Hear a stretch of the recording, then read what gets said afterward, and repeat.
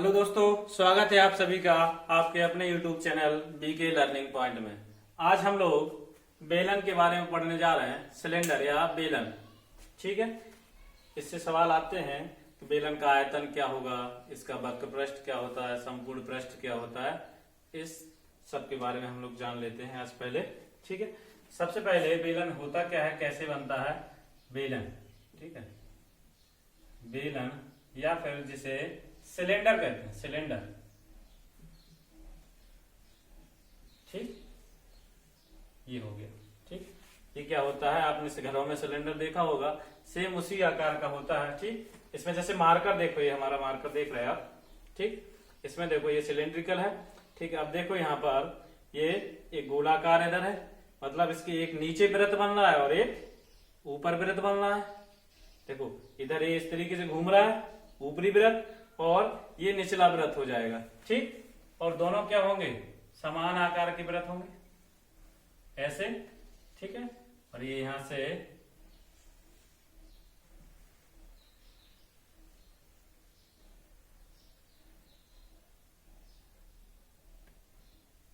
ठीक है, ये हो गया।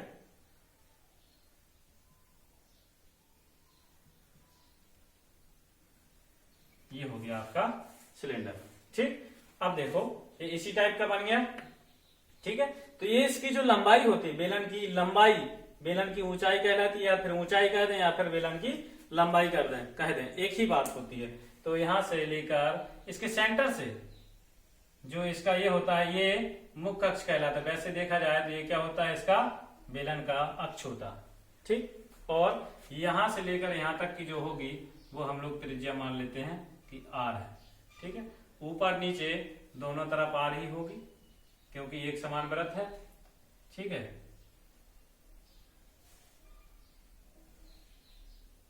ये भी आर ही है। ठीक, ठीक है, ये आर होगी। ठीक, अब बेलन की ऊंचाई क्या होगी, बेलन की ऊंचाई यहां से ले लेते हैं, जो अक्ष है उसके अक्ष से लेकर उसके मध्य बिंदु से होते हुए ये हो गई इसकी बेलन की ऊंचाई। ठीक है, तो ये क्या हो जाएगी, आर, बेलन की त्रिज्या, बेलन की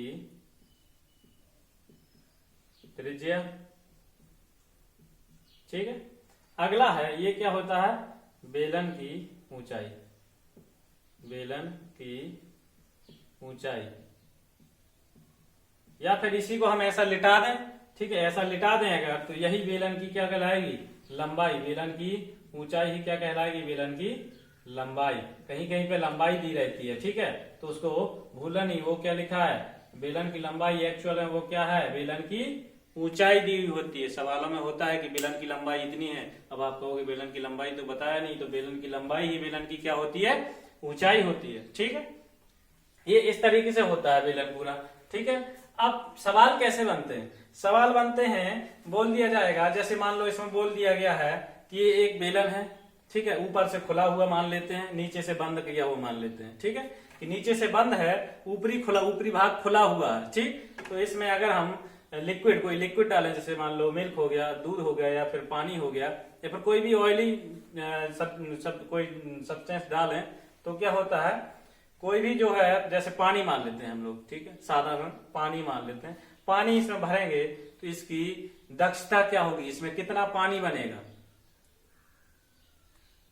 ठीक है, तो अब ऐसा तो है नहीं कि हम लोग लीटर में मापते रहें, इससे निकालें फिर लीटर में मापें।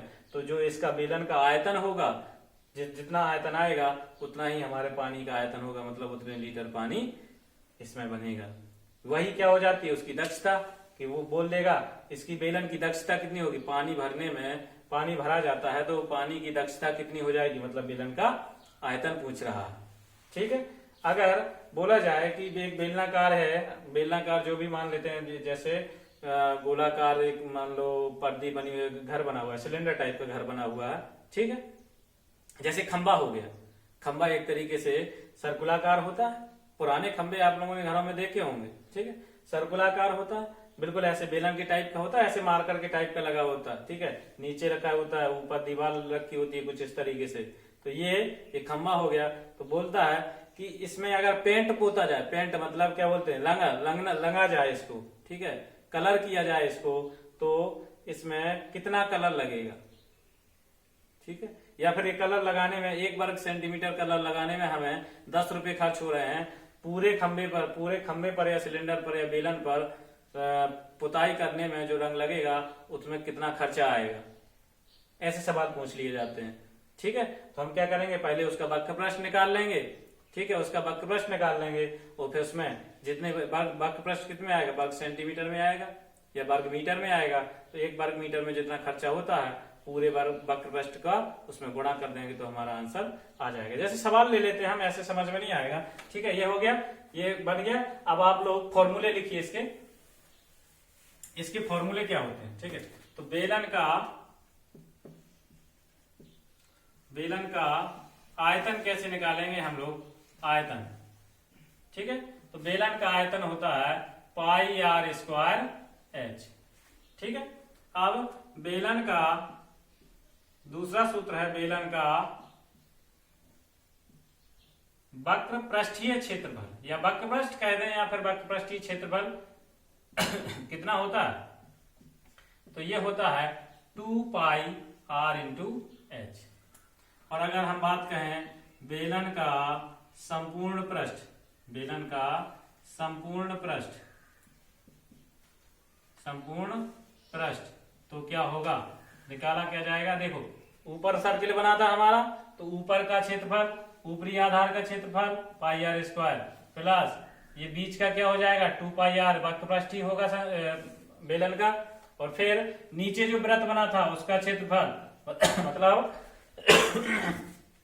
आधार का क्षेत्रफल, ठीक है, निचले आधार का क्षेत्रफल प्लस ऊपरी आधार का क्षेत्रफल प्लस जो बेलन का वक्र पृष्ठ निकला था उसको अगर हम जोड़ दें तो पूरा का पूरा क्या हो जाता है, टोटल वक्र पृष्ठ हो जाता है, टोटल संपूर्ण पृष्ठ हो जाता है।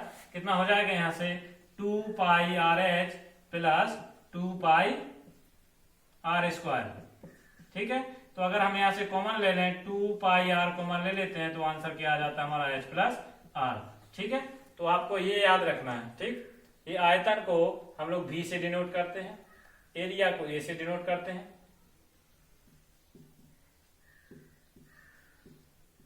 ठीक है।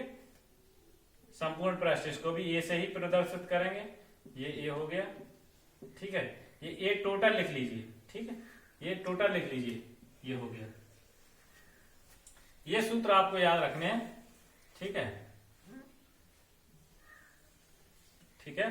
अब देखो इसमें कोई 2 चीजें दे दी, कभी कभी क्या हो जाएगा, बेलन का आयतन दे देगा, त्रिज्या दे देगा, 3 चीजें हैं आपके पास, 3 में से कोई 2 दे देगा, बोलेगा तीसरी चीज बताओ, या फिर उसका आयतन डायरेक्टली पूछ लेगा, या फिर वक्र पृष्ठ, या फिर कितना खर्चा कैसे क्या आया वो भी देख लेते हैं हम लोग, ठीक। अब देखते हैं,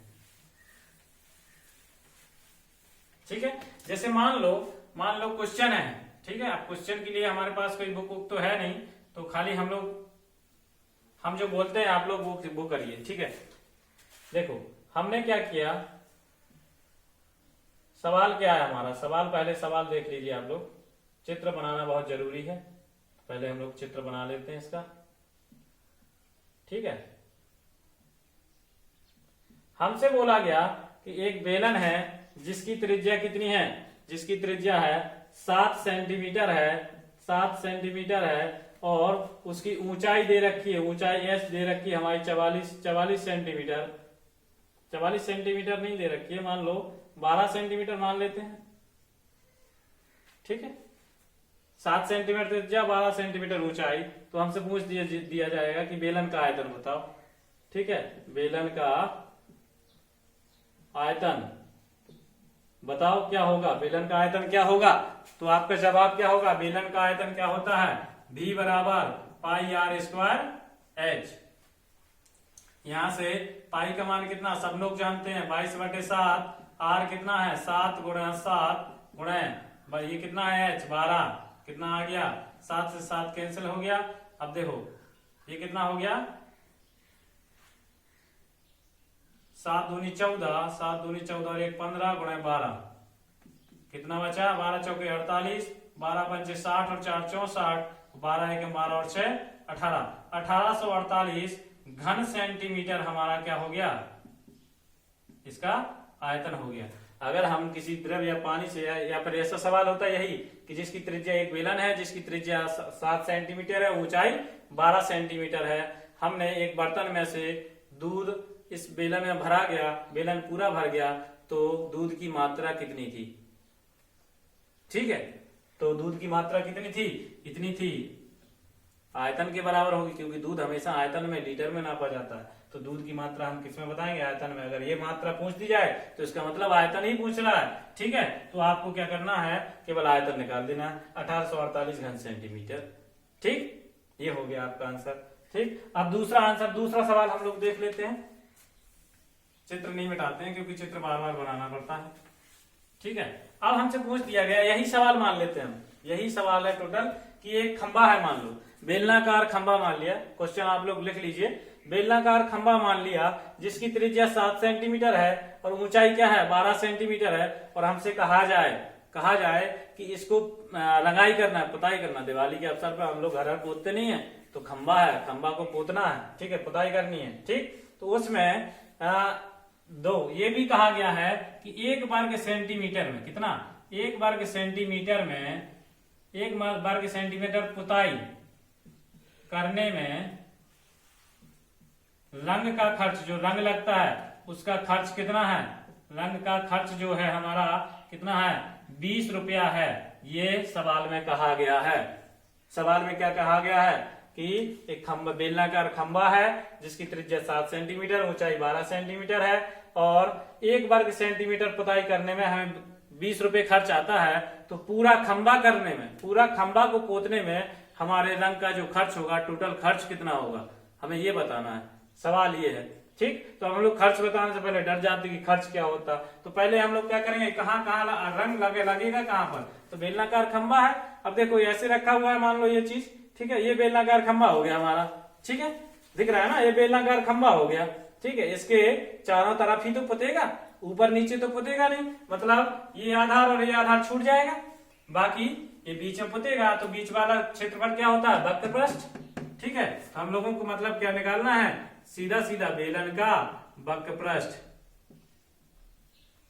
और बेलन का वक्र पृष्ठ क्या होता है? 2 पाई r h। देखो 2 पाई का मान 22/7, 7 तुम्हारा r त्रिज्या 7 दी है, ऊंचाई 12 दी है, 7 7 कैंसिल हो गया। ठीक है, अब देखो 22 दूनी 44 और 12 चौके 48 और 12 चौके 48 और 4 कितना? 52, 528 वर्ग सेंटीमीटर। 528 वर्ग सेंटीमीटर हमारा क्या आ गया? वक्र पृष्ठ आ गया, बेलन का वक्र पृष्ठ। अब हमसे पूछा था कि पूरी रंगाई में खर्चा कितना आएगा, तो 1 वर्ग सेंटीमीटर में 20 रुपया। देखो 1 वर्ग सेंटीमीटर में 20 रुपया, तो इतने वर्ग सेंटीमीटर में कितना रुपया? 1 में 20, तो 528 में कितना? 528 गुणा 20। ठीक है, जैसे हम लोग कहीं मार्केट गए तो 1 किलो आलू 20 रुपए के हैं, तो 10 किलो आलू कितने के होंगे? 20 गुणा 10, 200 रुपया। इसी तरीके से 1 वर्ग सेंटीमीटर में अगर 20 रुपया खर्चा आ रहा है, तो 528 वर्ग सेंटीमीटर में कितना खर्चा आएगा? इतना रुपया खर्चा आएगा। कितना हो गया? 0, 2 8 16, 2 दूनी 4 और 1 5 और 2 5 10, 10,560 रुपया आपका पूरा टोटल खर्चा आ गया। ठीक, इतना ही पूछेगा, इससे ज्यादा कुछ नहीं पूछेगा।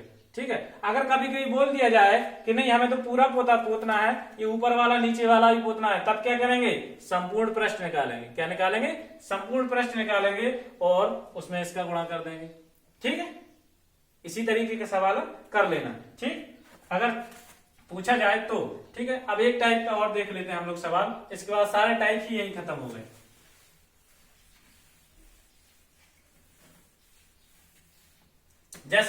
जैसे हमें बोल दिया जाएगा इस बार। ठीक है, इस बार हम क्या कह देते हैं? ठीक है, इस बार हम कह देते हैं एक बेलन है जिसकी त्रिज्या 7 सेंटीमीटर है। ठीक है, या बेलनाकार बर्तन है जिसकी त्रिज्या 7 सेंटीमीटर है। 7 सेंटीमीटर त्रिज्या दी है, केवल त्रिज्या r बराबर 7 सेंटीमीटर है। और कहा जाता है कि जो बेलनाकार, मान लेते हैं एक बेलनाकार बर्तन है, ये बेलनाकार बर्तन है, r त्रिज्या 7 सेंटीमीटर त्रिज्या का। हमसे बोला गया इसमें पानी भरा गया है पूरी पानी भरा गया तो उस पानी का आयतन, जो बेलनाकार बर्तन में पानी भरा गया है, उस पानी का आयतन कितना है? पानी का आयतन हम मान लेते हैं 198 वर्ग 198 घन सेंटीमीटर है। पानी का आयतन हमें कितना दिया है? 198 घन सेंटीमीटर दिया है। कितना? 198 घन सेंटीमीटर दिया हुआ है। ठीक है, 198 घन सेंटीमीटर दिया हुआ है। तो बोला गया है कि बेलनाकार बर्तन की ऊंचाई क्या होगी? बेलनाकार बर्तन की ऊंचाई क्या होगी? ठीक है, तो आप लोग क्या करेंगे? बेलनाकार बर्तन की ऊंचाई सीधा सीधा फॉर्मूला, मतलब उलट के दे दिया। पहले एच और आर देता था तो भी पूछता था, आयतन पूछता था। अब आयतन और आर दे दिया तो क्या पूछा है? एच पूछा है, ऊंचाई पूछी है। तो आयतन बराबर क्या होता है? पाई आर स्क्वायर एच। भी का मान कितना? 198 बराबर पाई का मान 22/7, आर का मान कितना? 7, 7 गुणा 7। ठीक है, अब यहां से नहीं, ये 1198 करना था, नहीं तो ठीक है, चलो इतना कर लेते हैं। ठीक है, गुणा एच कितना आएगा? एच तुम्हारा नहीं पता, 7 से 7 कैंसिल, 1198। ठीक, अब देखो ये हो गया। तो यहां से अब एच बराबर क्या आ जाएगा? 1198 बटे 22 सत्ता कितना होता है? 154। तो एच बराबर कितना आ जाएगा? अब आप लोग लगाइए 154 डिवाइडेड बाई 1198 डिवाइडेड बाई 154। यहाँ पर जो भी आंसर आएगा वो क्या हो जाएगा हमारा? उसकी बेलन की ऊंचाई हो जाएगी। ठीक, बेलन की ऊंचाई हो जाएगी। कितनी ऊंचाई हो जाएगी? तो आप लोग भाग दे के देख लेंगे। पहले 3 से काटेंगे इसको, 3 से काट लेते हैं। चलो 3 से नहीं कटेगा, 4 से भी नहीं कटेगा, तो लगभग मतलब दशमलव में आएगा आंसर। कितना आएगा यहाँ से निकाल लेते हैं। 154 का 1198 में गुणा करें। ठीक है, ये हमने मान के लिया था, ऐसा नहीं है कि हमको याद है। ठीक है, तो ये हमने मान के लिया था। इसका एक्यूरेट मान आपको दिया जाएगा ताकि ये वैल्यू कैंसिल हो जाए। यहाँ पर वैल्यू कैंसिल नहीं हो रही है। ठीक है, तो वैल्यू कैंसिल होती हुई मिलेगी आपको, नहीं मिलेगी तो कोई दिक्कत नहीं है, हम लोग दशमलव में निकाल लेंगे। ठीक है, कितना हो जाएगा? 8 लगाते हैं, 8 चौके 32, 8 पंचे 40, 8 एकम 8 4 12 7 लगाते हैं तो आ जाएगा 7 चौके 28, 7 बचे 35 और 2 37, 7 एकम 7 और 3 10, लगभग 1078। मतलब 7 दशमलव कितना आ जाएगा? अब यहाँ से 0 2 1 120 इधर फिर से। ठीक है, तो ये कितना आ जाएगा? 8, फिर से 7 जाएगा। ठीक है, फिर से 7 जाएगा, मतलब 7.7 सेंटीमीटर। इसकी ऊंचाई कितनी हो गई? 7.7 सेंटीमीटर ऊंचाई हो जाएगी। ठीक है, इस तरीके से हमारा बेलन का भाग पूरा कंप्लीट हो गया। कभी कभी क्वेश्चन क्या दे देगा? बोलेगा कि बटरवेस्ट दे देगा, इनमें से किसी एक का मान नहीं देगा, तो इसी तरीके से निकाल लें। ठीक है, इस तरीके से आज की क्लास कंप्लीट हुई। ठीक है, अगर वीडियो पसंद आए तो लाइक और सब्सक्राइब जरूर करें। ठीक है, और कमेंट करके बताएं कि वीडियो कैसा लगा आपको। धन्यवाद।